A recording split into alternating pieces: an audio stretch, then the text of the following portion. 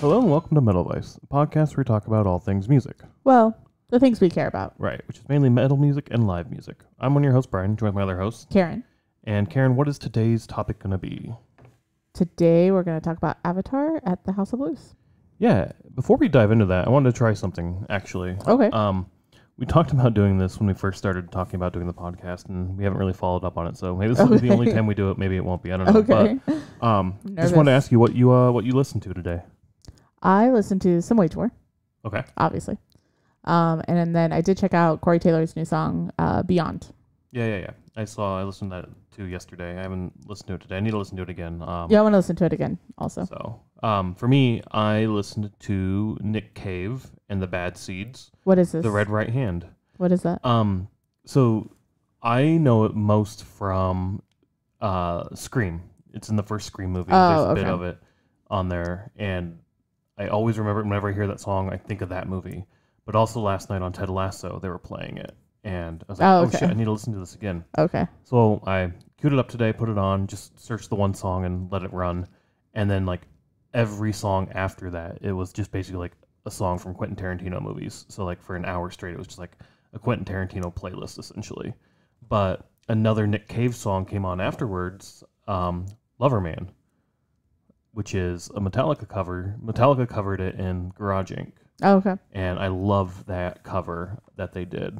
I would love to see them do it live, but I don't think we're ever gonna see that. Yeah, it's not a song I think you're gonna see.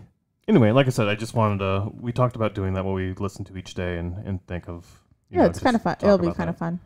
So we'll see. Mine if will we be the same continue podcast. doing that. Yeah, yours will always be Wage War. You need to expand I outside. will just not say that one. Yeah. All right. Anywho, as you said, the main topic today, Avatar. Avatar. At the House of Blues. This was part of their Dance Devil Dance Tour. Yes. Opening for them, who do we have? Orbit Culture and Veil of Maya. Yep. Right? Yep. Okay. Orbit Culture, Veil of Maya. Orbit Culture from Sweden. Yep, from Sweden. And then Veil of Maya, they never said this, but according to Wikipedia, they started in Chicago. Yeah, that was fun. But they never mentioned it, so I'm like, is that true? I mean, Wikipedia might not be true, but right. Yeah, they you would think since they were playing in Chicago, they would make a bigger deal out of it. Maybe. I don't know, yeah. Unless like the original singer or original people aren't there or something. I don't know. Something like that. Yeah, it could be, or just like, hey, who cares? We're back home. We have very limited time. Let's just play some music. Yeah. Tickets for this were $35, $13 for fees, and then 13 cents for tax. So is that $35 for my ticket or your ticket? So that's a good point. We ended up doing 2 tickets. We did a citizen ticket for me, just because I had citizenship for some reason. Well, should we explain citizenship? Yeah, go ahead. Explain citizenship. Okay. So Avatar has a citizenship that you can purchase to become a citizen of Avatar country for $50. Is that the cheapest one? I think I paid the $29. It's like a $29 fee or something along those lines. Okay, when I did it a few years ago, it was $50. So, and then you become a citizen and you get like a little certificate saying that you're a citizen of Avatar country. You can pay extra to get like a passport, which they were doing stamps, I guess, at this concert. Yeah, passports are $50. I looked this day to see what passports cost. I think I kind of want to get one. Okay. I don't know if you get the certificate anymore. You probably only got that if you were the original. Oh, like maybe. If I went back? Because I didn't get a certificate, I don't think. Yeah, you did. Did I? Yeah, we have it. Oh, all right. Then I guess you do get one. Yeah. I forgot about that. I probably opened it. You get a little stamp or like a little sticker as well, which has like the year that you're a citizen for. And this is just citizen is their fan club, as you were mentioning. Yeah. And like I said, I think mine was $27, something like that. Yeah. I didn't get the passport. For $50, you can get a passport, and you get that little stamp to put in it, or that little sticker to put in it. There's like a section for that. You actually have to send your photo in as well, and that gets printed on it, so it's like a real passport. And I think there's a QR code. So when you buy a ticket through Avatar Country with your citizenship for a show, that ticket is then tied to your account and tied to your passport if you have one.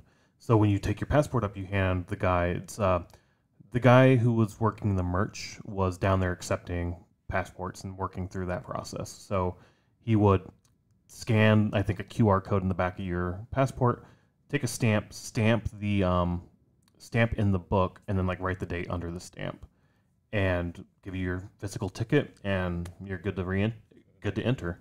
You also get in 30 minutes before the show, before the general tickets did. So that's, I think, one reason why we got it. I actually can't remember why I got it. I don't know why I got citizenship. Yeah, I don't remember. I don't know either. I think it was maybe for some kind of merch or something I wanted to get. But anyway, I got a year pass for it. It's not bad for a fan club. Maybe we should do a 666 on fan clubs because we're a few of them in a few fan clubs. But this one was one you had to pay for. You get some cool things, I guess. All of the ages are streaming on for fans or for citizens, and that's really cool. We've watched that a few times now because you get them for free. Yeah, yeah. And I think they have a game that you can play too. Or at least when I did it, they did. Like on the website, like where you go around to the town. Yeah, that's still a thing where you wander the town and each little thing you can click on is something you go to. So there's like the newsstand or like the Paperboy or something, and he has all the recent news. Then you have the Royal Cinema, which is where you go to watch the videos. There's a merch area where you go to buy your merch. But yeah, you just kind of wander around through this little interactive website. Yeah. I'm really not a fan of that, to be honest with you. I just want a menu where you want like just to click and say, I want to do this. It's all themed. Like it's really good and really well done. It's just I want to go to my one thing and I can never remember what they call XYZ. Like the YouTube page is the Royal Cinema. That's easy, but like it's not annoying, but I don't want to spend the 30 seconds it takes for my brain to register what's going on. Yeah. I just want, where's your store, basically. Yeah. But overall, really cool aesthetics, really cool thing to do. So with your citizen ticket, was it a different price or was it still $35 as well? So I didn't mark anything down. I think it was the same price. Okay. For some reason, I thought you got a discounted price, but maybe not. Maybe not. Hold on. Yeah. According to the physical ticket he gave me, it does say $35. Okay. But this could have just been printed out at House of Blues. Yeah. That they like, we need 14 tickets, print us off 14 tickets. So I don't know there. Okay. Okay, cool. And I did have him, because I didn't have a passport, like I said, I just said, like, can you stamp my ticket? And he's like, sure, go ahead. And just did it and wrote it on. It's kind of fading, so you can't really see it, but yeah. It's probably not the paper for the stamp or whatever. So that's cool. Like I said, he was the merch table guy as well. So I ran up, got in line for merch. There was already a little bit of a line, and we had to wait for him to come back up there and do the merch, which was no big deal, right? It was fine. But I did see that they had the Wheel of Death, or I think that's what they call it, the Wheel of Death, which is, it was $10, all cash only. Yet I think it's just like a tip way for the merch people to get a few extra bucks. $10, you spin the wheel, what it lands on, you win that prize. I think there's like one slot that is win nothing. There's one that's like spin again, but most of them are like stickers or patches, balloons. Then there's like higher end items where it's like a tour shirt. I think you get the pirate T-shirt or cool. the parrot T-shirt. Yeah. And what else? They had drumheads was one of the slots as well, and a bunch of other stuff. But it's this big circle, and it's little tiny slivers, so very small little things you can land on. I wanted to do this in Indianapolis when we went to Upheaval. Yeah. And cash only, didn't have cash. The fucking venue was cashless, and like it said that, and like they were telling you about that all, like going into it and everything, but they didn't have ATMs, and they're like, no sir, we don't have ATMs here. It's a cashless venue. And it's like, yeah, but if I don't have cash, how the fuck do I get cash and pay you money? Like, I don't understand this, folks. I understand you're a cashless venue, but how do I acquire cash? Or cash only, not cashless. Yeah. No, it's cashless. Oh, cashless venue. Yeah, because they only accept cards. Yes, okay, that's what it was. Yeah. And the merch table guy only accepted cash for the wheel. He accepted cards for everything else. I was like, God damn it. Like, just let me put it was like a double thing for you. Like, yeah. You're being told by the venue, nothing is cash here. You don't need cash. And then you get to the merch table and it's like, I want to spin this wheel, but I need cash. So I took extra money this time to spin it. I only spun it twice though. I wanted to do more, but the line was long. I was like, fuck it, I'm good. Landed on sticker both times, And the first time I won, he's like, "Oh, stickers are patches. We ran out of stickers. So just so you know, what spun it again, landed on sticker again." And I was like, "Oh, whatever. Got 2 patches. That's fine." Just little avatar says their name on it. After the concert, I kind of wanted to go back and spin it some more. I had another $20 I wanted to spin it 2 more times. And a part of me was like, if I land on sticker twice, Cube trade can up. I trade in my 4 patches, or stickers as they were known that night, for like 1 free spin? And then To get a sticker. We'll watch it land on nothing. Whatever, it is what it is. But It's the gamble. I don't know. It was fun. I like that idea, and got to remember to bring cash every Avatar concert to spin that wheel. Yeah.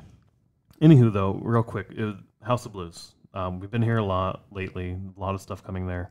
Our opinion on this place has changed a little bit, a lot bit maybe. It used to be one of your favorite venues. It was a decent venue for me for a long time. Yeah. But it's sort of shifted to not be so much. Did that sort of ring true with this show as well? Yes and no. This one wasn't that bad, but we were the second row from the rail. Well, you were third row, I guess, because you were behind me. But so we didn't have that whole like where we felt like. I mean, the only thing is like we never moved. Once we got our spot, we never moved, and I planned that during the day. Like I was like, not gonna drink water after this time. I'm, like just to make sure that we didn't have to move back, which also kind of hurts the venue because like you're not buying your 4 or 5 beers. We won't say 4 or 5 anymore, but you buy a couple beers. Yeah, buy a few beers. And you didn't do that at the show because I did not. There were people around us that were kind of fighting their way in and out. Yeah. And you can do that for sure. We're just not fans of doing that. So we try to get our spot, stay in our spot, or if we're going to move, we'll realize like we're not getting right back here, we'll go find somewhere else. And I think that's why we don't like House of Blues is because once you leave your spot, you now, if it's a sold out show, and this was close to sold out, but not quite. But once you leave your spot, you're not getting back up there unless you fight for it. We don't want to do that. We're cool just hanging back. But once you hang back at House of Blues, like the audio sucks. Yeah, it sounds horrible. The experience is not fun. You are behind a pole sometimes. Like it's not a good time. We've never been to the balcony though and seen the show there. Yeah, we need to do that though. And like get there on time to see the balcony or to be in the balcony. So we'll do it again and get a balcony ticket. But because there you do need a specific ticket to sit in the balcony. It's not like a free for all. I think so. Well, I mean, at least I think the back balcony is a free for all, but the side ones, I think they call them opera boxes. Those are VIP upgrades. But it's not free for all. It's you have to have a. Do you? Ticket to go upstairs. Yeah, I'm pretty sure. All right, maybe. I'm indifferent on that. But once again, we've never tried it, so we don't know for sure. Yeah, I was okay. But yeah, I don't know. We'll get a balcony ticket, I guess, sometime, and we'll see what happens. Yeah, because like they'll sell just balcony, and like that's different than the GA at the floor. No, like it when is. You go to but at the same time, we bought balcony for Apocalyptica, and we were able to get down and up without anybody carding or checking your ticket. So I think it depends on the show and depends on who's working potentially, but we'll have to check it out. I'm a real follower, so I'm not going to go up there if I don't have a ticket because I hate being told no. You'll get anxiety and all that fun shit, and yeah, it's not fun. They say no, that's the worst thing they can do, and you say okay, whatever, and you turn around and walk away. They're not going to remember that. So I will. Yeah, I know you for will. Days and days and days. I know, and you'll be dwelling on it forever. But that's just, I guess, our different mindsets. It is. Anywho, back to the show, or back to the venue thought. I didn't have a bad experience this time. Yeah. And I think that's sort of where I'm at because we don't like fighting back and forth. And there were people, like I said, doing that. Even people on the rail were leaving in and out, and a part of me is like, that's a bit much. Yeah, I think if you have rail, it's like if you leave, you left. Yeah, I think so too. It's not spots back. You don't get to do that. Yeah, but everybody was. There were a few people that were doing it, or if you're there with somebody and they can block the rail for you, that's different. But still, like, if you can only block this much, and then there's like enough room for somebody to squeeze in, and they squeeze in, that's your own fault. There was a group next to us as well. One of them left, and there were a couple smaller women behind us who were like, oh, there's a free spot. I'm gonna try to move up into it. And she tried to move up, and he's like, no, somebody's standing there. And the part of me is like, yeah, they left. Sorry. Like, Yeah. that's how it works. Yeah. But at the same time, she was just like, oh, okay. Yeah. Um, I don't know. I have thoughts on the whole. I mean, at least you're asking, or did she ask for the spot, or just said like, "Hey, we can move"? she may have asked for the spot. Oh, okay.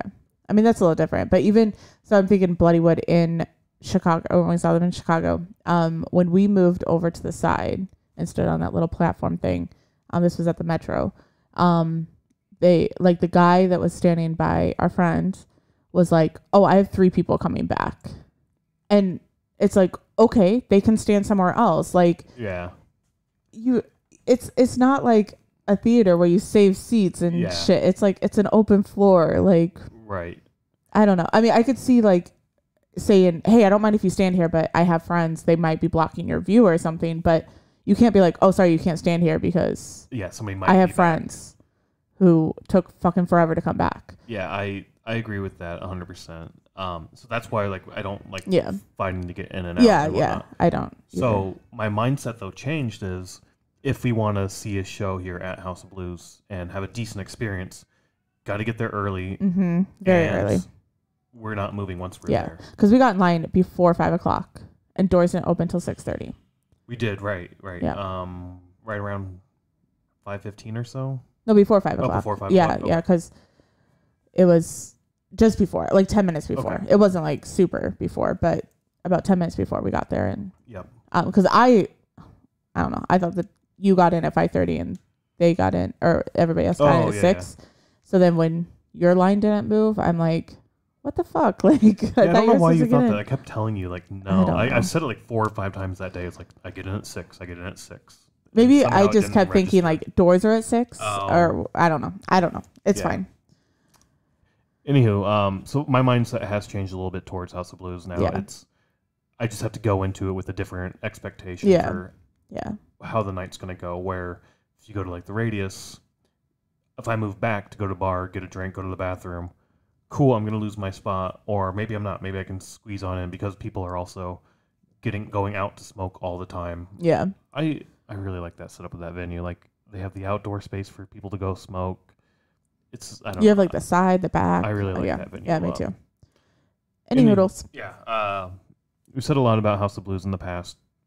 I think we'll continue going there, unfortunately. Well, we will when bands come, Yeah. but it's not going to be like, Oh my God, let's go. yeah. And I had to be honest, for Spirit Box and then this, I was not excited to go Yeah. because of that. But then, I mean, I ended up having a okay experience at Spirit Box, but then this was fine. I mean, Yeah. I was absolutely fine here. And maybe it's just your expectation or your excitement for the band more than anything. It could be. Yeah. Yeah. Where Spirit Box, I was like, Yeah. we've seen them before, but let's see them again. Where Avatar is like, we've seen them many times. Yeah. So as we said, the first band, Orbit Culture, brand new band to us from Sweden. We didn't Yeah. know that. They told us that Yeah. was I think during their they've been set. around for like 10 years now. something like that. I don't know. Yeah, Yeah. like 2013. I think I looked them up. Either that or that's Villa Maya's 2013. Okay, I'm no, not sure. I think they're 2004. Villa Maya. Villa Maya. Yeah. Okay, then Orbit Culture would be 2013. They opened with I, then Strangler. You said that weird. They opened with Open Eye. You said they Oh. opened with I. Gotcha. Yeah. You're right. All right. They opened with Open Eye. Yeah. Yeah. Followed by The Strangler, North Star of Naya, The Shadowing, Alienated, Vultures of North, and Saw. So 7 songs, a pretty quick set. Yeah. I love these guys. I love them too. I could have listened to them for 2 hours before Avatar went on. Very death metal. Yes. Did you think that his voice kind of sounded like Alma Marth in a way? Or no? I got that vibe. A And I little was bit, like- I guess. I was like, this could be added to your Alma Marth like playlist, yeah. you know, kind of. Maybe a little bit, yeah. I know we were on stage left, so we were over by the bassist, and he was just going Yeah. insane. It was fucking Yeah. awesome. He had a cool bass too. He had the bass that didn't have the top, right? Nope, that's Villa Maya. Oh, is that Villa Maya? Oh my gosh, I'm getting everything confused. The other thing is the lead guitar, not the vocalist. The vocalist also played guitars. But the lead guitar was wearing a Patrick Kane Blackhawks jersey. Oh, okay. I didn't know the player, but I believe it was Patrick Kane. Okay. Yeah, no longer a Blackhawk player, but a formal Blackhawk player wearing a hockey jersey. When I went to get merch before it started, there was a fan back there who handed the shirt to one of the merch people or somebody. I don't know who he handed it to, but they were talking about it. He's like, "Yeah, he'll wear it. He'll rock it out on stage." Like, "Yeah, I was gonna bring him a different jersey. Both of those players aren't here anymore, but yeah, here's a jersey for him. Yeah, have fun with it." And so it's like, oh shit, that's kind of cool. Did he say have fun with it? I don't know what he said, but Okay. I'm summarizing. I was like, you always say that, so I don't know if he said That's just that. my way of like summarizing, like Yeah. time to move on to the next thing, basically. Yeah. Anywho, or that too. Anywho. Yeah. But yeah, I thought that was kind of awesome. But I loved it. The energy was great. I really enjoyed their The set. music was fucking awesome. It was a great time. I had so much fun watching these guys. Yeah. It's fun that they're from Sweden. Yeah. Because Avatar's from Sweden.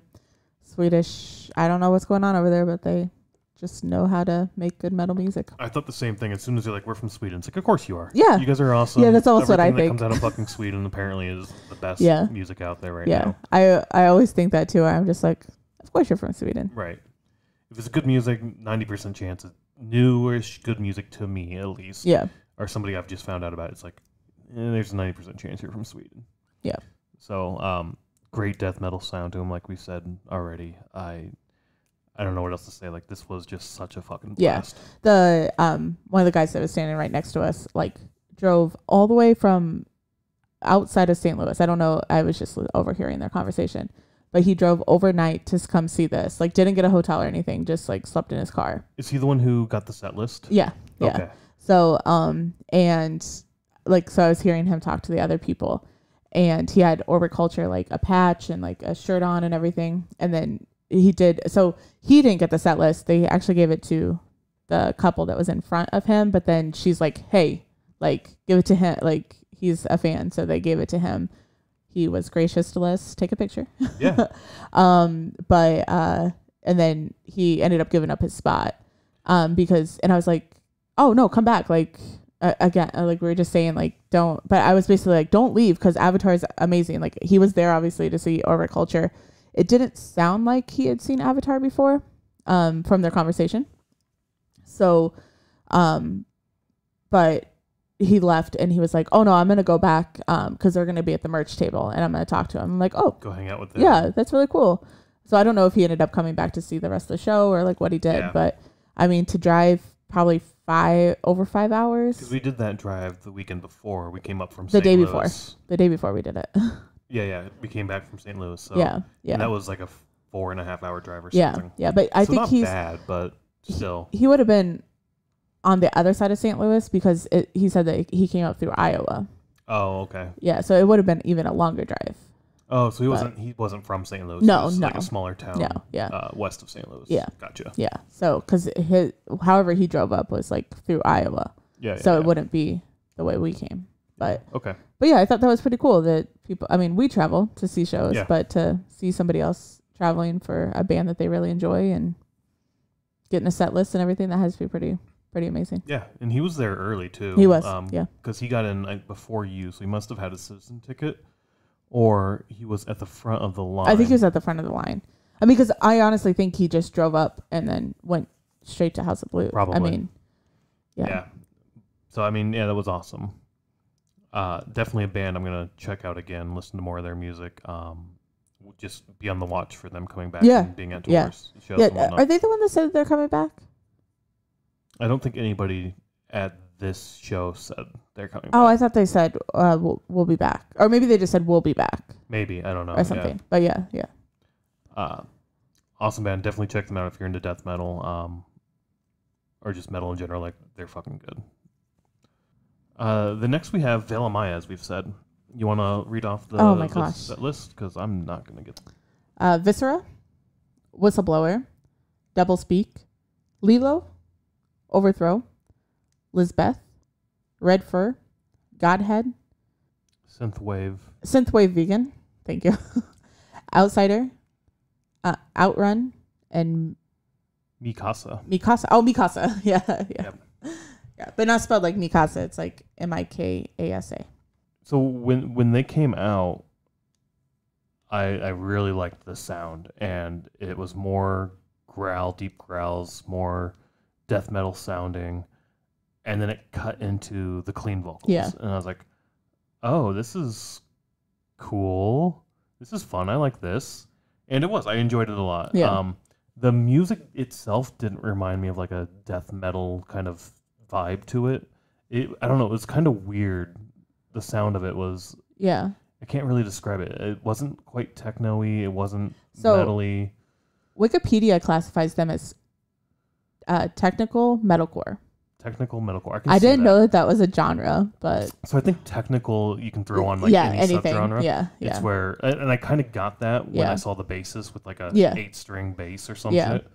And I was like, okay, so this is going to be something highly technical. They're going to be trying to do very mathematical sort of times and whatnot. Now, do you know what that bass is? There something like at the top, like if he pushes something that it makes a different I don't think so. sound? Oh, okay, because I saw him doing that, and that's why I was wondering. Because he was like, he'd be playing, and then he would put his hand on the top and then play again. I think he was trying to get to the top of the neck to get a note up there. Oh, and that you have the top of that neck, you have more stuff to hold on to as you go up. But with this having no top neck of it and it just sort of ends, you kind of have to hold on to something when you come up to hit those top frets. Yeah. Okay. I just didn't know if there was something that like made that. No, I think play that's what he was doing. Because I know like guitars sometimes have like the bar or the switch to like switch what fret you use. Is that the right? No, what pickup. Pickup. Yes. Yeah. Sorry. I know nothing about guitars, but like I knew that was like a thing too. So I didn't know if those basses had something like that. I mean, they could, but I think it'd be down closer to the base of it, right? The bottom. It could be where you would see it on a guitar.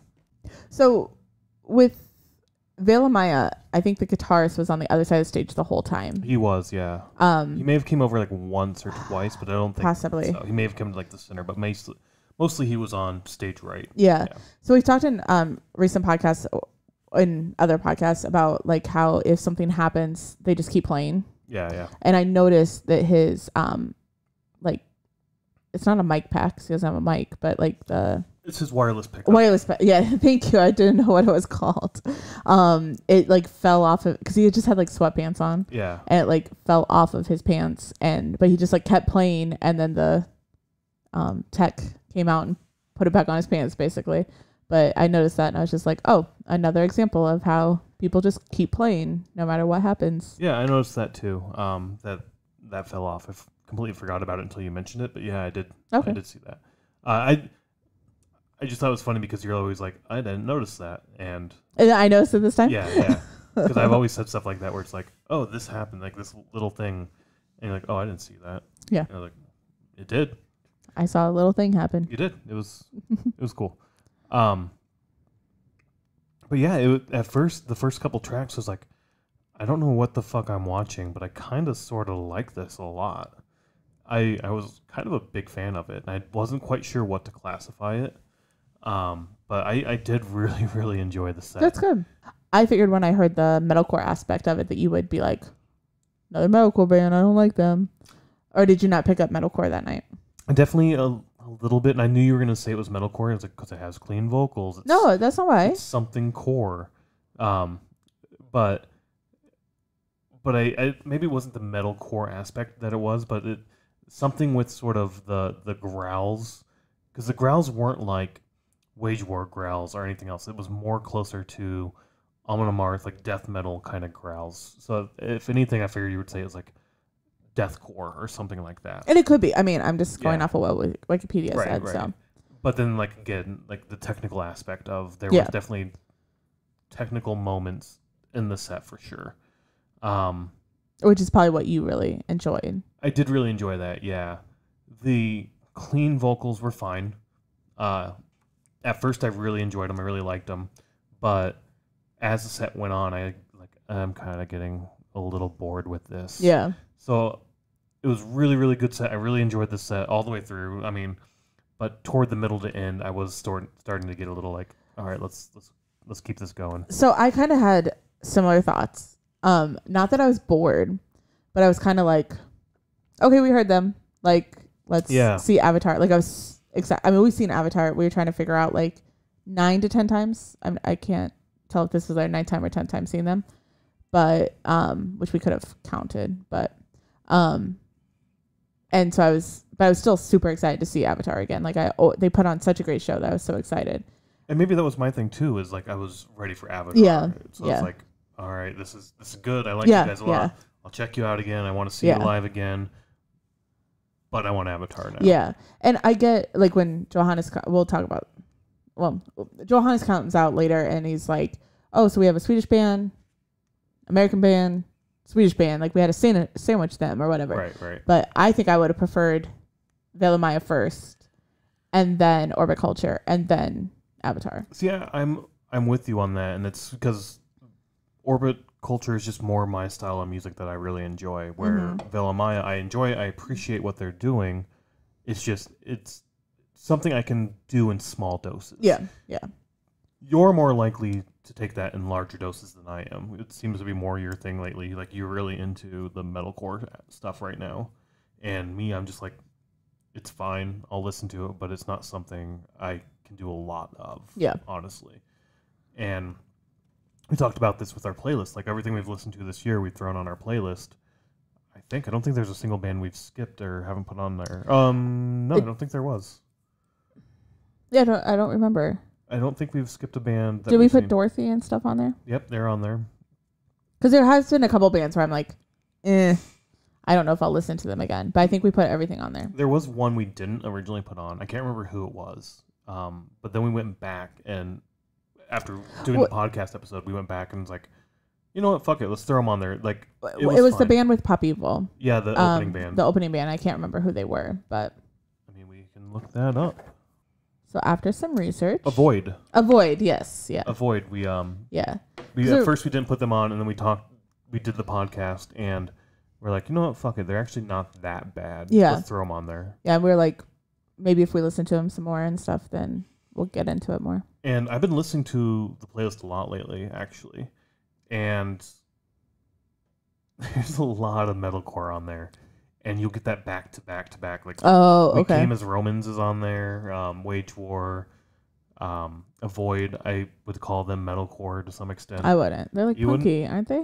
I don't know. I don't know. I wouldn't call them metalcore. No. Personally, Nothing Nowhere. Like, there's a lot of metalcore we've seen this year, and like I said, I can do it in small doses. So when it's like 3 or 4 songs back to back, I'm like, damn it, let's next song, please. And then like Seven Spires comes on, and it's like, all right, this is more what I was looking for. Let's go. There's a playlist that I really like to listen to. I think it's the Deathcore playlist, but it has the Dark Bloom by We Came as Romans, but it's the one with Brand of Sacrifice. And then the very next song is a Brand of Sacrifice song, and then it goes into Whitechapel. And listening to those 3 songs in a row, I just love. So if they ever change that playlist, which I'm sure they will, I'm gonna have to like just put those on my own playlist so I can listen to all 3 of them together. Yeah. But I mean, back to Vela Maya. Okay. I picked up on this. I don't know if you noticed it or what your thoughts here are, but I felt like the drum and the bass were overpowering. I didn't get a whole lot of guitar when I listened to it. The singing was definitely prominent. Yeah. I really liked that sort of balance of the growl and the clean vocal. Yeah. I'm a big fan of that style of singing. There's a lot of bands doing it now. It's really cool to see, really cool to hear. I like how that's weaved in. But the drum and the bass, I just felt like were overpowering. I did not get much guitar. I don't remember that. I mean, just me personally, I don't remember even thinking about that. So I don't have a recollection if I thought the same. Yeah, and I don't know, like you said early on, technical issues to some extent. Tech guy came out in the middle of him playing and, hooked him back up and whatnot. But I don't know if there were other issues going on or what, but like the guitar just wasn't there for me. Yeah. I did have a thought a couple times because this is the closest we've been to the stage at House of Blues. And so we were close to the stage, but we also on stage left. We were like right under the speakers. Yeah. So I wonder if that had something to do with it. Maybe. Because we have noticed that too, where even I think at Concord, where if you're off to the left or the right, Yeah. it's not. It's good. It's good acoustics and whatnot. Yeah, but middle But when is you the go in the best. middle, it's you get the left and right channels, and it's really good. Yeah, so I wonder if that's part of it. Is we were hearing more, like if it's just wired, I guess it would be Yeah. wired like that way to Yeah. pick up more. I don't know. I mean, definitely could be. Maybe we should try standing in the center more than we do. 'Cause we Yeah, always the center seem- sucks though because the sound stage is there. Well, at this venue, but I mean, just in general. Oh, okay. I thought you meant at. No, just in general, because we always seem to gravitate towards stage left at like almost every venue we Yeah. go to. Yeah. I guess with the exception of Radius, we gravitate to stage right, That's true. Yeah. which I don't know why that is. Like, it's very weird that Yeah. different venues yeah, I we don't always know why. sort of go to the same spot. Yeah. But 90% of the venues we go to, stage left is sort of. Yeah. Like Aragon, I've never stood on stage right. I've only stood on stage left. Yeah, I'm trying to think. I think I did center once for like Black Keys, but that's Okay. about it. Usually, stage left. Interesting. Yeah, we'll have to see what it's like if we stand on the other side. And I know you've given me shit about this before in the past too, about saying stage left, stage right. They did it during the concert. They did it during the Yeah. concert, and he came to our side, and he's like, left side. And Yeah. because it's his left. Yeah. And it made me smile, because it's like, It- see, justified. It's, I am right. You're so into this. I thought the same when I heard him say left side and then right side, and I'm like, but to the crowd it's opposite. But I knew you were gonna bring that up. Yeah, I was like, yes. Because you had never heard of that. And you're like, this is not a thing. I was like, no, it's 100% a thing. Yeah, I was right. That's awesome. I've heard two people say it. Whatever. That's how it is. It's good. It's fine. But I smiled too when he said it because I was like, Brian's gonna bring this up. Overall, like I said, I did enjoy their set a lot. The little things, like I said, where I was trying to I got a little over it toward the middle Yeah. of the end. Yeah. That wasn't necessarily a knock against them as a band. It was just more, I think, of like you said, we were ready for Yeah. Avatar. Because I had that same thought, but then as soon as like the next song played, I was back into it. So I don't think it was any. I honestly think it was just I'm ready to see Avatar, Yeah. and it wasn't anything about the band or the performance or anything. Because like as soon as the next song started, I think almost every single song this entire night I was into. Yeah. Where we don't say that often because sometimes it's like, oh, we liked it, but this one thing, or you know, Yeah. like this one song or this one band we didn't like really get into, that sort of thing. Yeah, I agree. And I also thought after they were done that this is what I typically expect in terms of openers for a metal A metal show. Mm-hmm. where it's very similar style of metal, but maybe little nuances here. You get death metal, right, with Orbit Culture, and you get this metalcore aspect with Veil Maya. So, I mean, it's still metal, still very thematically metal and like metal all the way through, but little nuances in terms of how they're playing or all of that kind of shit, right? Mm-hmm. And then you get Avatar, another metal band, where past times we had seen Avatar at a headlining show, it's such a fucking unique mix of acts. Like, what was the... 68. 68. Then you get Dance with the Devil. Dance with the Devil, or or Dance with the Dead. And then you get Gavin. Because I know you Devin. hate Gavin. Devin. Devin. Fucking Devin. I know you hate him. But and it was his acoustic set, not like his more traditional. I think he does death metal, honestly. See, maybe I need to listen to that, and then I'll be like, I'm sorry that I said fuck Gavin. Or Devin. Oh my gosh. Why are you saying... I don't know. Is it because you said dance, so you got danced, Gavin Dance, or whatever that band is? Yeah, I agree with you. I thought the same thing that night. I was like, kind of going into Avatar, you kind of think like, who are they bringing?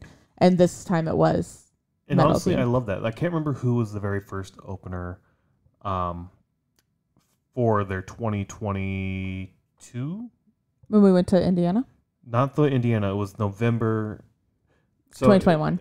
2021. It was a band. I can't remember what band it was. Then it was Magic Sword, and then it was Avatar. But we only saw Magic Sword. No, the first time here in Chicago, Magic Sword couldn't be there because they had COVID.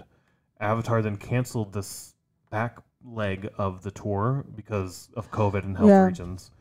And then they came back again in 2022 to replay those shows, and they added a few more dates. However, for that time, the first band that was there, once again, I can't remember who it was, unfortunately, didn't come, but Magic Sword came back. Yeah, I don't remember who we saw with them in 2021 either. And then when we saw them in Indiana, it was Dallas Cowboys and Light the Torch. Yes, yep. That one, I guess. Callous Cowboys, not Dallas Cowboys. Callous Cowboys. And that one, too, was sort of more of that. Unique. Well, no, what I would expect with a metal show. Oh, see, I felt like Callous Cowboys was like the unique portion. And then Light the Torch is metal. I don't know. To me, that fits more. All right, so maybe it's 50-50 now that we've seen them, where to me it's more traditional and then more of like, we're going to bring whatever the fuck we bring and for openers. And it's stuff we like, which is really cool because you get such a wide range of genres and influences and whatnot. Like, Dance with the Dead is so much fun. It's definitely techno. Yeah. But there's that live aspect of they're each playing guitar and taking riffs back and forth. Magic Sword, very heavily influenced by, I would say, techno as well. Maybe I'm not thinking of them right, but there was definitely I thought a techno and theatrical aspect to it. There was, yeah. I don't think there wasn't singing during Magic Sword. There wasn't at all? No. Okay. They all had like the thing over their face that changed colors, then and a sword. And a sword.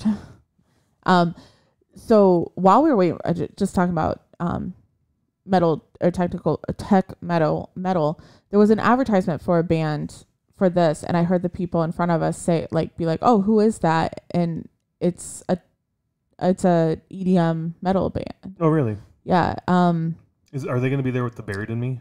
Yes. Okay. Yeah. Do you remember what that band was? I don't, but it's one of the openers. Buried in Me. I don't think we're going to be able to go to that show. Not, yeah. But I didn't know who they were. But when we were at Bloodywood, I saw somebody wearing their shirts. Oh, really? And so now it kind of is all going together.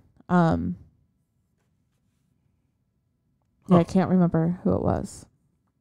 Anyway. Anyways. The whole point of this whole side chat was... We always side chat. I know, but it was kind of cool to see. I guess not that I'm saying it was kind of cool. It was, to me, it was weird to see all metal, all like metal versus metal influenced X. So like that X is techno or whatever you want. Metal influenced pop, metal influenced disco, like whatever. I don't know if those two other genres exist. Probably metal influenced disco. I think I'd love the shit. My favorite is metal influenced reggae. On Instagram, there's a guy that sings metal songs as reggae. For real? For real, it's awesome. I didn't know about this. Yeah. So yeah, he sang "Laid to Rest" as reggae. Shit, I need to check this out. Yeah, it's awesome. Anyways. All right. Yeah. So I mean, he should perform because we'll go to his concert if he performs. Yeah. Great two openers. Yeah. Yeah, it was great seeing them. Glad we got to see that. Yeah. And then we get into Avatar. What were you expecting them to open with? Or did you have any expectations? I honestly thought that they would kind of open with The Dirt I'm Buried In. Okay. Only because of the music video. Because it's kind of like a show's happening and then, or like there's a show tonight and then it's like him singing and then... But I thought it would be him just singing and then everybody coming out. Yeah. Oh, interesting. Okay. Yeah. So like it would be him, kind of like the music video is where it's just him and then everybody comes out later. But you start with the guitar, so I think you have to have the guitar first. Well, you can have that playing in the back, or they could be playing in the back, but then him singing. Anyways. Yeah, that'd be cool, I think. Okay. But I do think it's also a little bit too slow of a song to open with. They ended up opening with Dance Devil Dance. Yeah, it makes sense. With drummer's name, what's his name? John. John comes out and he's just up there and he starts like beating away at the drum. Like, yeah, I love John's contacts. Are those contacts? I think so. Not like just... Oh, sorry. not just like blue eyes. I think they're contacts. All right, maybe. Maybe they're blue eyes. I don't know. But anyway, he's up there on this drum kit, just like keeping the beat going. And then off to the side of the stage, you have these, on either side of the drum kit, you have these two sort of like photo booth type things. Yeah, that's what it reminded me of, is a photo booth. And we were close enough, you can see them sort of fidget in and out of them. Yeah. But I don't know if you noticed right away, it turned. Like the thing turned so you could see in there. Through the slits, and then it closed again. Well, I didn't notice right away. I was looking at John playing, but then you like kind of tapped me, and I'm like, "What?" And then I noticed it. Yep. So on stage left, we had Tim, Johannes. Tim is guitar, and then Johannes is the lead vocals. On the other side, you had the King, and then you had Henrik. Sorry, you had Henrik. And then the same thing. I think it was just one by one. It was like slowly turning, and then they go to the next one and slowly turn, or the other. Like they do both sides. I don't fully know, but it almost seemed like, because later on they do it again. Or they do it multiple times, but it almost seems like it's on one lever that it does it. Like it moves, like the things move. Because I noticed it when Johannes wasn't even in there, and when Tim came out, it like moved as well. So I'm like, I think it's on one thing. That's only. Also, it's just like streamers, so it could just be like the air flowing in and out. It could be, yeah. But it almost was like a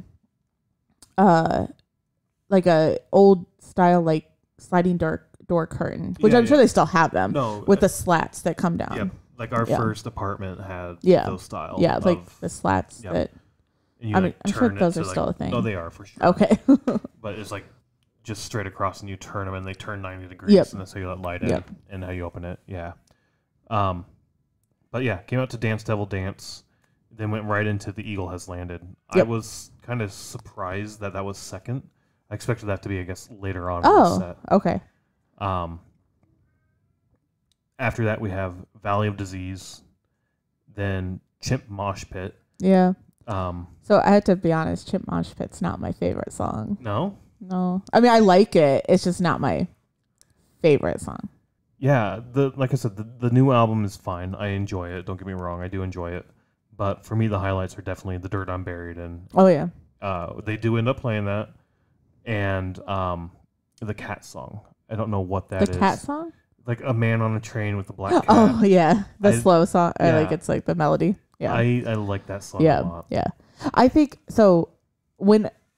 Sometimes when a band releases an album, I listen to it like over and over and over. And it's like, okay, like this is good. But then once I see the song live, it gives me a different perspective. And then I'm like, and then I enjoy it more. Chimp Mosh Pit, I'll probably listen to more now, but it's always something that like I never really listen to.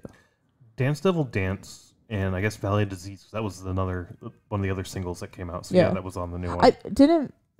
Dance Devil Dance came out first, I think, and then Valley of Disease came out, right? I don't know what one came out first, but the thing I wanted to say is like both of them to me had the same deal, sound, where it was like, not the sound, but when I listened to them the first time, I was like, it's fine. It's nothing great. Yeah. I'm not the biggest fan of it. But Dance Devil Dance has definitely grown on me over time. Oh, yeah. I love that song. The Dirt I'm Buried In was... Same thing. The first time that came out, I was like, not super big fan of this. But then I watched the music video with it also, and I was like, all right, I actually fucking love this song. Yeah, I watched the music video first with it, so I loved it. I was just like, yeah, I think it was. This is so cute. I heard it first, and I was like, it's fine. Again, like the 3 songs that they've released are just, they're fine. They're not great. Like, whatever. They're fine. And then I saw the video, and I was like, all right, I really like that song a lot, because now I just think of like Johannes up there like dancing around. Shit. Like, all right, I love that video so much, and that song now so much too.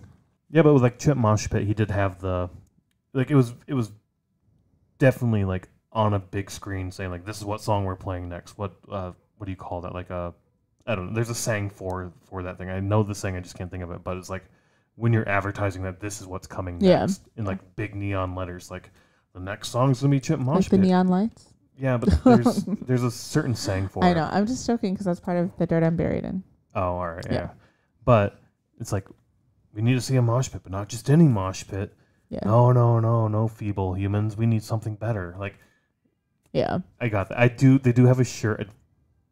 I wish it was the tour shirt where it was a bunch of chimps moshing. Like, Yeah. if that had dates on the back, I'd buy that. Yeah, for buy sure. that one.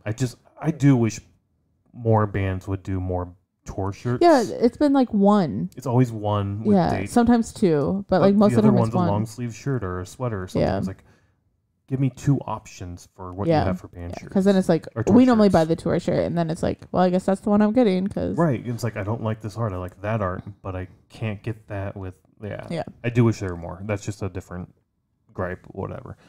I enjoyed Chimp Mosh Pit here too. But again, not like my favorite song off the new album by any means. I guess I need to listen to the album more. Yeah, I think I'm the same way. Scream Until You Wake was followed by Chimp Mosh Pit. Then we get Bloody Angel. Again, I felt like this was way too early, but at the same time, you have to sprinkle this stuff in all over the place, I suppose. That is true, because the Eagle, the Eagle Has Landed was the second song. I would expect and it toward the end of the set. Bloody Angel was 6th. Like, I would expect both of those toward the back. Yeah, and normally Bloody Angel's like, it's not the encore, but it's near the encore. Yeah. So yeah, and that's where they would both come out. And play. Yeah. The 2 guitars. Kungan and Coogan. I don't know how to say his Coogan name. and the King. the King. And Tim come out and play. And they like just sort of like go face to face and like do the beginning intro of it together. The first time we saw them live on their own tour, they did that and they fucked up. Yeah. I remember that happening. It's like, whatever, we're gonna keep going. Yeah. And I love that about like live music, is it's just like, if they fuck up, they fuck up. Yeah. And you just keep going. Yeah. And it just adds like the live aspect, like it could happen and how are they gonna react? And they're musicians, like they're very good musicians who just like don't let it phase them and just keep going. Like, right. Fuck it, we're not perfect. Things are gonna happen. Move on. Let's keep going. But it just started with the King coming out and just doing it himself, and then Tim came out a little bit later. Yeah. Which wasn't normal. Normally, I'm used to them both being out there at the same time. Doing it. I do have to say, Bloody Angel is my favorite Avatar song. But oh really? I think so. I guess I knew that. Yeah. This night, like obviously I love it, but this night I didn't have the same feel hearing it, and I don't know what that was that caused that, but yeah, I don't know either. Like, have you ever had that at a concert where you're like, this is my favorite song, but then when they play it, it's just like they're playing Bloody Angel? No. My favorite song comes on. I'm stoked every time. Stoked. Yeah. Yeah. I don't know what it was. Like, I'm not saying I didn't enjoy it. I'm just saying I didn't have the same feeling that I've had before. Yeah. So. Fair. Following that, we get For the Swarm. I like that song. Gotta work. I didn't know that those were the lyrics until we got the lyric book. Okay. I don't know what I thought they were. Yeah, honestly. what do you think? You can hear it's clean. No, I know it is now. Okay. But like the first few times, okay. And I'm not like a lyric person anyway, so I don't pick up on lyrics right away. Yeah. But I never like thought that it was gotta work, right? Yeah. And then when we got the lyric book and read that, and it's just the lyrics and whatnot, to like pictures. It's a really cool book. And saw that. Now that's all I can think about. So I don't know what it was before I thought it was, but now I know it's gotta work. Following that, I did like this. We get Puppet Show. But before we get that, Johannes is out there again doing his like crowd interaction. And he's like, the next song's about a king, and the crowd fucking cheers. Yeah. And I do too. And he's like, not that king. Yeah.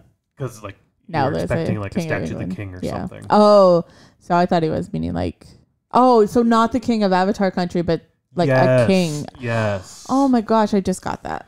And he's like, no, this is a king pulling strings. And then at that point, it's like, oh, it's Puppet Show. Because I was trying to figure out what song it was also. Oh, okay. At that, like up to that point. And they start playing. And then they go in, like Johannes leaves the stage and drummer's name again. John. Back there just keeping beating. He's like looking around like, yeah. what the fuck? Where's he going? And like looking around, and then he's like looking at everyone on the stage. Like, He's so robotic, and I love it. I love his interactions Yeah, with. like he's such an actor. Yes, They're all actor. I mean, they all are. Yeah. yeah. And usually behind drums, sometimes you just get somebody who's like keeping beat, but no, Yeah. he's back there Yeah. making faces and shit as he's drumming, and it's fucking awesome to see. But yeah, he's like searching the stage, like, where the fuck did Johannes go? Where is he at? And I knew this is where the trombone. Did I get that instrument right? Yes. Yes. And what do you always say? Tuba? Tuba, I think. Yeah. It's not tuba. Tuba's the big one that goes. Yeah. Yeah, it moves when you do it. Yeah, the sound comes out. Anywho, but yeah, we knew he was going to come out with the trombone, as we said. That's the right name, right? Yeah. Yes. Cool. And so I'm waiting on stage, like, because they just kept doing the same, like loop, whatever it is, right? And it's like, where the fuck is Johannes? He's going to be coming out with it, right? And I think it was you who were like, I think he's going to come on the balcony. Yeah. Well, I saw people like looking up, and I know that people watch or like look up things on like what they're doing and stuff. And so when I saw people looking up, that's when I was like, maybe he's coming for the balcony. So there were people on the rail, I think, who had been to like 3 or 4 of their shows already. Oh, okay. Of this tour. Like, we've done that before with bands, but yeah, like, I think they'd been there and they knew what was going on. And so you said that, then I start looking up at the balcony, like, where the fuck is he going to come out? I agree, he's probably going to pop up there, play the trombone from up there. And no, he was back basically by the soundstage. Yeah. The soundstage. And doesn't have the trombone with him, but has a balloon and starts making like an animal, like a balloon dog with it. Well, he first made a phallic symbol and then did he? Yeah, you didn't notice that? I mean, it was like the point and then the legs. The 2 balls. So it's like the legs of the dog. I guess. Yeah. I mean, I just assumed that was part of the dog. How you make the dog. Like, you have to start somewhere. Yeah. But yeah, I guess that makes sense too. And then I don't know if he was making it all the way or if he tried to and it failed, so he bent down and got one that was already pre-made. Yeah, I wondered that too, like if he actually did it, because he did like bend down and then ta-da, or if it's he done. dropped it type thing, or I don't know. Anyway, made it a dog and like threw it out into the crowd, and then pulled up the trombone and started playing the trombone from back there. The first time we saw this song, I think, was at Open Air. And Johannes comes out at Open Air with a trombone, and I was like, I have never seen a trombone in a metal band before. I'm a big fan of non-traditional instruments in metal music, and like that blew me away when I saw that. I was like, fuck, that is awesome. They didn't play Puppet Show at Indiana? They did play that at Indiana, but I'm saying at Open Air, I hadn't seen it. Oh, Open Air. I'm thinking Upheaval. I'm sorry. Oh, no. I'm sorry. Upheaval, they played it too. Yeah, that's why I was like, wait, didn't we say that Indiana because it was the same show? But we hadn't seen it since then, I don't think. I agree. Maybe one time at House of Blues. I don't think so. I don't think at House of Blues. Not during Avatar Country World Tour. I don't remember it during... I honestly don't remember it during that, so I don't think so. We don't see it often. Yeah. So it's really cool to see that back in the rotation, at least the last 2 tours. It's fun. It's a fun song for sure. Yeah. After that, we get When the Snow Lies Red. Don't remember a whole lot about this. I do love this song a lot. Yeah. So, looking forward at the set list, they only played 1 song off of Avatar Country, which is my favorite album of theirs. My second favorite album is of Flesh and Feathers. Yes. And both of them... Feathers and Flesh. Yeah, whatever. Yeah. I know the album cover. Yeah. Whatever it is, those 2 like concept albums are just... I'm a big fan of concept albums, and I love those 2 albums so much. So, I mean, I do really like this song a lot. So much so that I went back and re-listened to this album again today. Oh, yeah. Because I haven't listened to it in a while. My go-to lately has been Avatar Country. I love that album so much that I was like, you know what? I'm going to go back and not listen to Avatar Country today. Yeah. Mix it up a little bit? Yeah. You tell me to mix it up all the time. I do. And I do notice that with Avatar that I tend to stick to. Yeah. Even Avatar if I say, oh, I want to listen to Avatar, you put on Avatar Country. It's such a great fucking album. I love that so much. I know you tell me like people don't fans like it. don't like it. No, like fans are like, it's the worst album. I fucking love that album so Yeah. much. Like even they did a post about like saying like, oh, the king approved something, and they were like outside of the Oh yeah, do they call it a palace outside the residence? I don't know what they call it, but I commented and it just put a picture of or like a screenshot of the king, and I'm like, there's only one king that deserves your approval, and so it was a picture of Jonas, but like as a king, and somebody even commented, it was like, that's the worst album.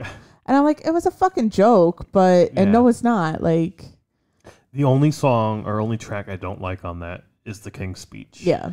I could do without that, but everything else, even the last 2 tracks, just the instrumentals, I love. I understand though why, if you were into Avatar early, and then like we saw a lot of shows where they were touring with this album, so like that's kind of when we got into it, and I could see like if you had only listened to that or if you had been with them earlier, like Avatar Country is so different than any of their other albums. Yeah, and it's so weird when you say if you're into them early, they don't play any early music anymore. No. Like very rarely do you get early music. And by early I mean they're like first 3 albums. They did a couple times ago at House of Blues. They played like one song. Pig something. But it's very rare that you get that. So they didn't. I don't think they blew up until like Black Waltz. Yeah, I think so. Like they had 3 albums before that, or 3 or 4. I can't remember the exact number. I think 3. I mean, we did get it here during Ages. Ages is great, right? Because they went back to that and like, you might not have known this. We've been around for a while. Yeah, yeah. And it was great music. It was good really music, great music. But it's different too. But it's also something that I don't personally go to that often, unless I listen to it on like shuffle or whatever. But I don't personally go back to those albums. But it's almost like they blew up with, I think it's Black Waltz. Yeah, I think so. That's the one where he's on the boat, right? Yeah. With Hell the Apocalypse. Yeah. And then there's the Carney one where he's like holding up the sign. Hell the Apocalypse is that one. Is on that album. I'm really bad at their albums. Sorry. I'm just really bad with the albums in general. In general. I tend to be better. So Hell the Apocalypse is the album. That's the one where he's on the boat. Feathers and Flesh. Yep. Black Waltz. Black Waltz is the Carney looking one. That's the one I'm thinking of. Yeah. And then Hell the Apocalypse. Feathers and Flesh. Avatar Country. Hunter-Gatherer. Oh shit, I keep forgetting that's the name. I always think it's Colossus. Colossus, yeah, because that's like the main song. Yeah. Anywho, when The Snow Lies Red, off of Feathers and Flesh, I love that album. That's such a good song. It's got like the slow parts. I will remember you. Yeah. Love that so much. It's fucking awesome. Anyway, then we go. I think we have another interaction with Johannes because he's like, "Are you sure you feel in control?" Yeah, we and do. then it leads into, "Do you feel in control?" Followed by Black Waltz. Great song, fucking awesome so far, and then we get Tower. Yeah. So you had saw something, right? That they play Tower. So you mentioned this with Disturbed that we don't like looking up what the set lists are, we mention it all the time, not just Disturbed. All right, well, no, but I'm saying we mentioned we don't like looking that up. But you mentioned with Disturbed, you follow some fan forums and fan pages on like Facebook and shit like that. Yeah. And they had mentioned like the set list or how it works out. I knew how it opened and how it ended. Yeah. And that's like, oh, I'm a little disappointed now. And I do the same thing for Avatar on Reddit. There's an Avatar Metal subreddit that I follow. And somebody posted like, here's a video from last night's show. Here's Tower, or here's images from Tower. Oh. And it was like, fucking assholes. God damn it. Like, I understand why you're doing this. I mean, we're kind of doing it too. We're talking. That's fair. Well, I mean, this isn't going to be posted. Or we post on Instagram or whatever. So. Yeah. All right. So, by fucking assholes, I mean me, mainly. Like, fucking asshole, why did you look at this? Yeah.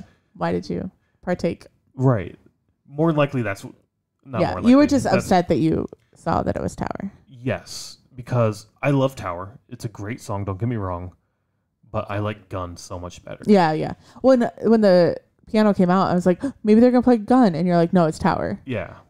And then I kind of thought back, like, oh yeah, I think you saw something that was Tower. It would be kind of fun if they didn't do the same one at every single show and they played a different melody at every show. I like Gun better than Tower, but I think Tower is a little bit more. Gun is so soft and like. Yeah. Tower has a couple of different like peaks and stuff. Yeah, I like both songs. They're great soul like piano songs, great soft, slower songs, for sure. And when Johannes comes out and he starts playing the piano, he does a classical bit. I don't know the name of the song, but I've heard it 1,000 times. If I heard it again, be like, that's the one he played. And he's like, I'm just doing that to let you know that I'm a trained musician. Like, I'm not just up here fucking around. Like, oh, I thought he said something about like I'm a paid musician, meaning like you can have me play for you. Oh, he did. That's what he did say. I'm a paid musician, but not that.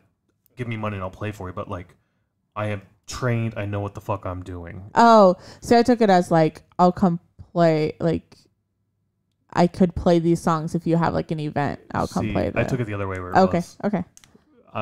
Yeah, like I said, how I interpreted it. But then it was soft and quiet there, and right when he started playing Tower, I was like, "Fuck! I wish I would have yelled, sing us the song, the Piano Man." Oh, see, all these little things that we always think about, like you don't. It's like you think about. I would love for him to be like, you know what? Fuck it, we're not playing Tower. Tower, we're gonna play.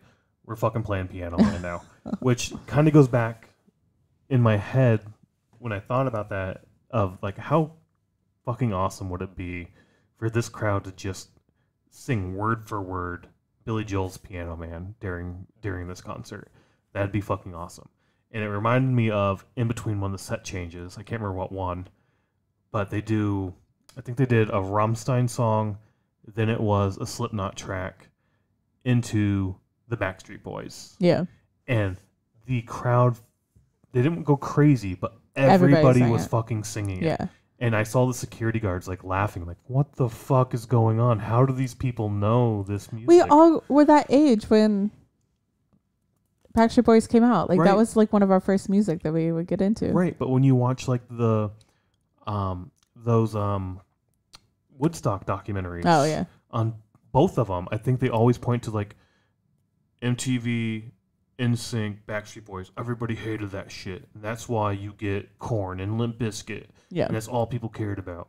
And I would say this crowd, these fans, are more likely to listen to Limp Bizkit and Korn over NSYNC and Backstreet Boys. Well, yeah, but you still know the songs. But when it comes on, we're all fucking singing it and having fun. I mean, I don't listen to Backstreet Boys unless they play it at an event. Right. Or like at something that But we're it at. always makes me smile when that happens. That Sweet Caroline also, Whitechapel, that happened with them. And the drummer was like, what the fuck? These people, like, just enjoying the fuck out of it. Yeah. Good music's good music, I guess. Yeah. Backstreet Boys sucks, but at the same time, like, there's a reason song. There's a reason it's popular, and those 4 chords repeated. I mean, think back to like 98. Is that when they were like really popular? Like that, yeah. Like everybody had Backstreet Boys everything. So I mean, everybody knew about it. But anyway, I was really like in my head, it's like that'd be really cool if Johannes like, fuck it, we're not doing Tower, we're doing Piano Man. Let's go. You all know the words. Well, you didn't say it, so I didn't know. Anywho, how did they go into Colossus? The next song's Colossus, but so they cleared the stage. Next song's Colossus, as you said. They cleared the stage, and they brought out the drums, the second drum kit. Yeah, and they all come out and get in a straight line and just play Colossus, which is a fun way to do this song. However, when we saw them on the Hunter Gatherer tour, how they opened their set is fucking they were like phenomenal. a triangle kind of, and with they the just drum kit in the middle. Stood like stone, like they did not move, and sang the whole song. I played the whole song. Drummer's name? John. So when that goes on, John's in the middle at the triangle, like we said, and he's just stoic and just boom, boom, boom, boom, and then with just his hands, but nothing else is moving, just boom, boom, and then the rest of the band is standing there stoic and silent, and then the guitars will kick in, and they're just still standing there like, and then Johannes will like just pull up, Colossus. Yeah. Colossus, arise. Right. Yeah. And like, I've never seen a band open that way. Yeah. Like, it was really cool. where they all just slowly walk out and just stand there and let the music kick in. This was a cool way to do it too, where they're all just in a straight line, doing the exact same thing, just in a straight line. Yeah. But I do like that little triangle aspect of it a lot. But better. I think the triangle works as an opener and not as in the middle of a set. Honestly. maybe. Yeah. I think they did good in the middle of the set. Then I think they leave right after that, and drummer John does this little bit where it's like his hand's taking over and he can't fucking do something, or like I don't know what it was. Yeah. And I think it's supposed to be like the thing where like the hands, like the idle hands, where the hands taking over. Oh, okay.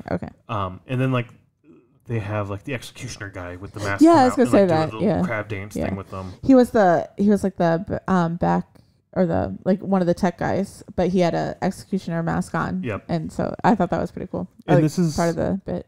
I forgot this was the second time we saw him. Yeah. I think it was maybe the snow. I don't remember. Maybe Blackwell. I don't know. But he came out with this like package, this box, and set it down. So, like we said, on either side you had like the 2 photo booths. Then you have like a little step up and the drum kit in the center of the stage. And he set this package like right on the center of the stage. Pulls the top off and balloons pop up. And then Johannes pops up out of the box. And I was like, oh, there must be a trap door or something under there. I didn't realize there would be a door there. And then he came out and he like fucked around with the balloons, popped them. He did inhale the balloon once to sing. That was kind of fun. But I can't remember what song that was. To think too. I think it was Black Waltz. Was it? I can't remember. You might be right.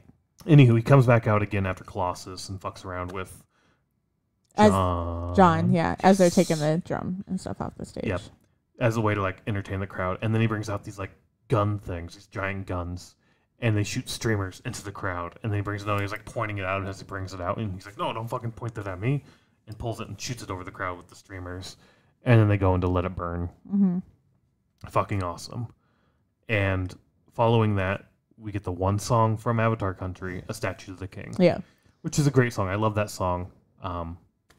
But we don't get The King Welcomes You to Avatar Country. Well, yeah, but it's not that tour anymore. It's not, but we got that last show. Oh, did we? Okay. Yeah, like, because you always get, like, the balloons and shit, so I was expecting that. Oh, okay. Yeah. So also with following the subreddit, those photo booths they have shoot down the Spark streamer things. Oh, really? Out of the back. Oh, I didn't notice that at all. It didn't happen at all during this show, but there are photos and videos of it happening on Reddit. Is it because they're at House shows. of Blues? It could be, which is a little We disappointing. have a theory that you can't have fire at the venues. At some venues. At some venues in Chicago. Outdoor venues, I'm pretty sure you can. And United Center. But I mean that's like a different type of venue where these are like very small venues. Especially older buildings and whatnot. And in the middle of downtown. So I've had a lot of problems with fires in this city for some reason. I don't know why. I think it was a cow. Well, also like the Niedermeyer. Yeah. Like the worst. The deadliest theater fire. I think even more deadly than like the Titanic. I think it's. Can you put that many people in that? I don't think it's. I think it's like the number of people, like the percentage of people who died, like 99%. Of like the crowd. So, I don't know. Oh, okay, I was like, I don't know if you can put that many people in there. Anyways, a lot of motherfuckers died. Yeah. I don't think there were motherfuckers, but there were a few in there. A Statue of the King. What's that song? Like we said. Oh, was it? I don't know. Maybe. Then we get to the encore. Yeah. And I remember tapping in. It was like, we're gonna get 3 songs, yeah, maybe 2. I was leaning more towards 3. I was trying to figure out what songs, because like, and I didn't even think about Hell of the Apocalypse. I don't even know how either. I don't even know how I missed that. But I was like, well, they haven't played Paint Me Red. They haven't played Get in Line.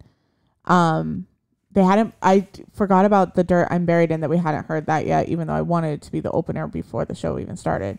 And then I knew that they were gonna play Smells Like a Freak Show because they play that at every concert. So I'm like, what are they gonna play? Like, how many are they gonna have? And I figured we would get 2, 1, and then they would end on Smells Like a Freak Show.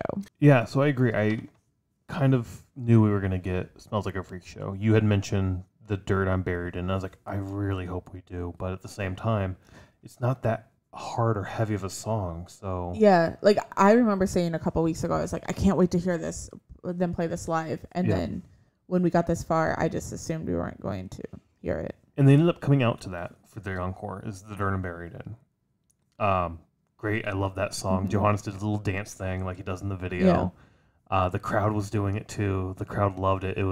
I'm glad. I think that's going to be a song we're going to see a lot. Yeah. So. I forgot that during Dance Devil Dance, there's like lyrics that's like, jump and turn around. Jump oh, yeah, and you turn did around. that, yeah. And I did it, but nobody else did it. I was the only person. I was ready to do that too. I was like, I can't wait for this song because just jump and dance around. Yeah, but nobody did it. I do remember you doing that and turning around. That was fun. Yeah. But yeah, Dirt I'm Buried In. I'm glad we got to see that.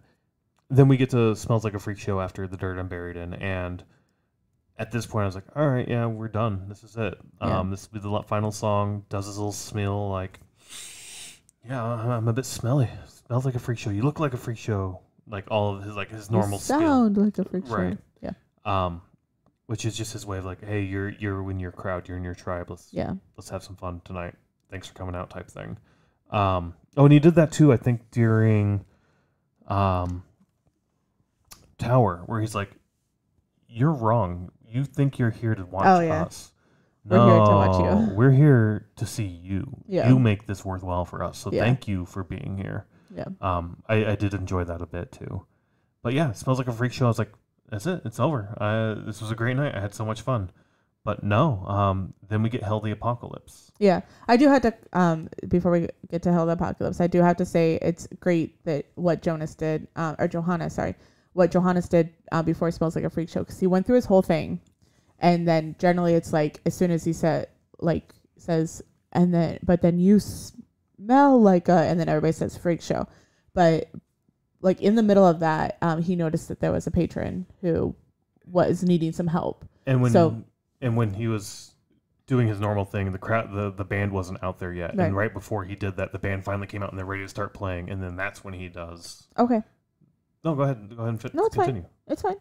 I didn't know the band wasn't out there. I didn't notice. I was just gonna say like they were going like it was to the point where he was saying like smells like, and then everybody screams freak show. He does it like 2 times or 3 times, and then they start playing. And so it makes sense that the band was out there. Yeah. But I just have to say, it's really, really great that he stopped what he was doing.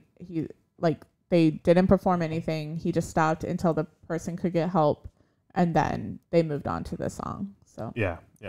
That was really good. I've been seeing a lot of like videos of people saying like, X member from such and such band stopped the crowd to get a fan help.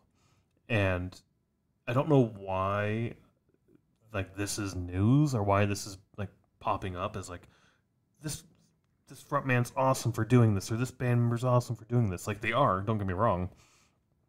But everybody at a metal show that I've ever been to has done that. Yeah. It's like even before the tragic event in Houston, we've seen it happen. Yeah.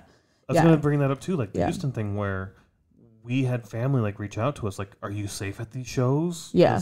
Like, they freaked out when they saw that happen. Yeah. Different. Like metal has this bad connotation of like you're gonna get your face fucking kicked in, and you do in terms of like music. Yeah.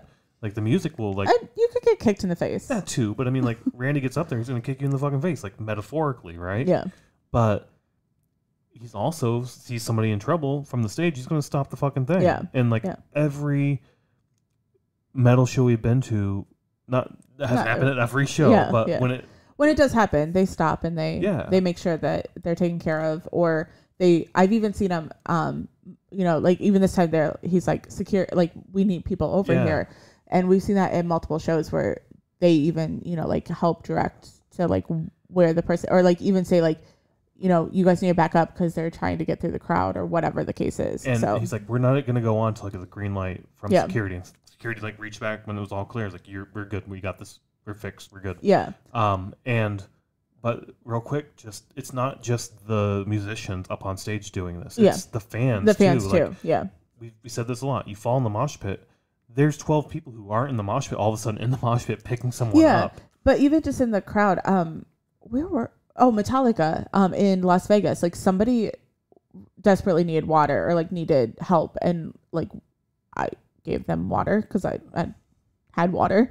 But I mean, like they made sure that I think even they came through and like got them out or something, or got them to the rail so they could get out. But it's like the fans take care of each other. Yeah. It's not like this, oh my God, I'm at this concert, I want to see this person, so I'm here for myself. Yeah. I mean, people are there for themselves sometimes, but everybody's just family. So I mean, like I said, it pops up all the time. Yeah. And I don't know why. Like this is just.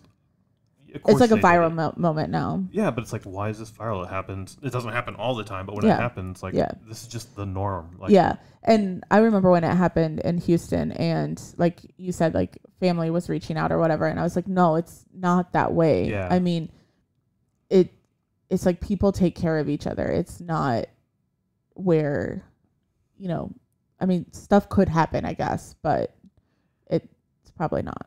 And you were talking about everybody in the band being actors. When they got him off the stage, or they got the member, the fan patron, out of the crowd back where he can get some help, Johannes is like, give him a short, like, yeah, they're cool. And then I noticed like the king, like, what the fuck? Like, I took it as like giving away my product. That's my harvest that you're giving away there. But then Johannes does after he gets the green light. Then he's like, okay, so I don't know what the reference was, but like, let's rewind your mind. Like you forgot about that. Oh, the Men in Black, like memory wipe. The memory wiper, from Men in Black. I haven't seen that, I don't think, but basically was like, okay, let's do this again, and then they did the whole bit again, but. And Smells Like a Freak Show, great song. I thought it was over. And then we go into Hell the Apocalypse. Yep. And like you, I have no idea how I fucking forgot about this song. I don't know either. Like all night, when after Statue of the King, like we were like, what haven't they played? And we went through them all, and I don't know how I forgot Hell the Apocalypse. I don't either. To me, I know they're not the same song, but The Eagle Has Landed and Hell the Apocalypse are sort of in that same vein. That when I think of one, I think of the other a lot of the time. So I don't know if that's sort of like... I don't think that way. I know, but I don't know why I do. Yeah.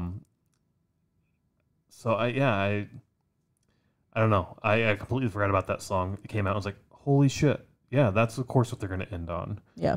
And they ended on it, and it was a long ass fucking night. They played forever. 18 tracks. 18 tracks until 11:30. Yeah.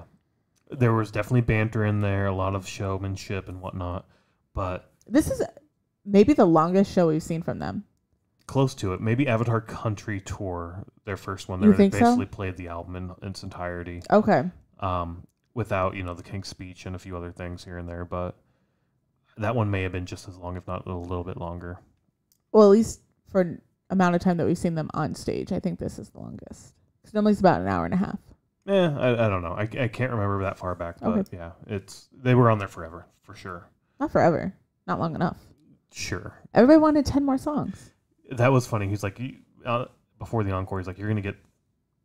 No, it was after the Durnabar, and you get 2 more songs. And everybody's like, you want 3? You want 4? And then somebody's like, 10? He's like, all right, you get 1. Yeah. And then like everybody's like, boo. Yeah. And he's like, you boo me? Fuck you. You get none. Yeah. And starts to walk off stage. He's like, I'm joking, but you won't know true power until you just feel what I felt. Yeah. Another funny banter early on is when he takes off his jacket and somebody screams like, take it off. Yeah. And he's like, I saw the price of these tickets. Like, this is the most skin you're getting. Yep. A lot of good banter. The showmanship, all of the members of the band, they're all acting the entire time. This is one of they put on one of the greatest live shows I think out there. Yeah, 100%. I think it goes Slipknot, Rammstein, Metallica, these guys For you. are my 4 greatest live acts right now. Yeah, I would probably agree with that. Yeah. And maybe in that order. Alma Marth has to be in there. Alma Marth is up there for sure, but this is so much better in my opinion. I enjoy Alma Marth's music better, but by a slight amount, but not a whole lot. But they have good show parts too. They do have good show parts, but this whole thing the entire way through, and same with Alma Marth, there's great showmanship there too. But from showmanship, this whole thing is just it's so good from start to finish. It's so well tight in what they're doing, and I don't know. I love their shows so much. From a showmanship perspective of like putting on a show, I would say Rammstein, Avatar, then Slipknot, honestly, because like Slipknot, they aren't really putting on a show. They're like, I mean, I guess when I'm saying a show, like Rammstein has all their props, yeah, and stuff that and then like this time they had the DJ booth and the elevator thing and stuff, and then Avatar obviously is putting on a show. They have like all their costume changes and stuff like that, and then Slipknot, it's just Slipknot. Yeah, but there's so much stuff going on stage at any given time. There's like a part, I don't know who it is. Somebody runs over and strangles another person and like basically kills them during a song. Yeah. And then you have the flaming bat with Clown during Duality. Yeah. I'm just saying from my perspective. No, for sure. We can have different perspectives, by all means. But I mean, still, the fact is, Avatar puts on an amazing show. Yeah. Love watching it. I'll watch it over and over and over, which is disappointing because this might be the only time we get to see them this year. I think so, unless they come back this fall. Which could happen, but we're already getting busy this fall. Yeah, so I don't know. We'll see. But luckily, they've been coming back almost once a year. Yeah. So yeah, it's awesome, fucking amazing show, and we say it all the time. Go see live music because the music is great, but the show that goes along with it, the energy that they bring to it, all the bands brought this night. It enhances the music so much more, in my opinion. It does, yeah. So I mean, like we said, go check out live music. It's fucking awesome. Yep. Bye.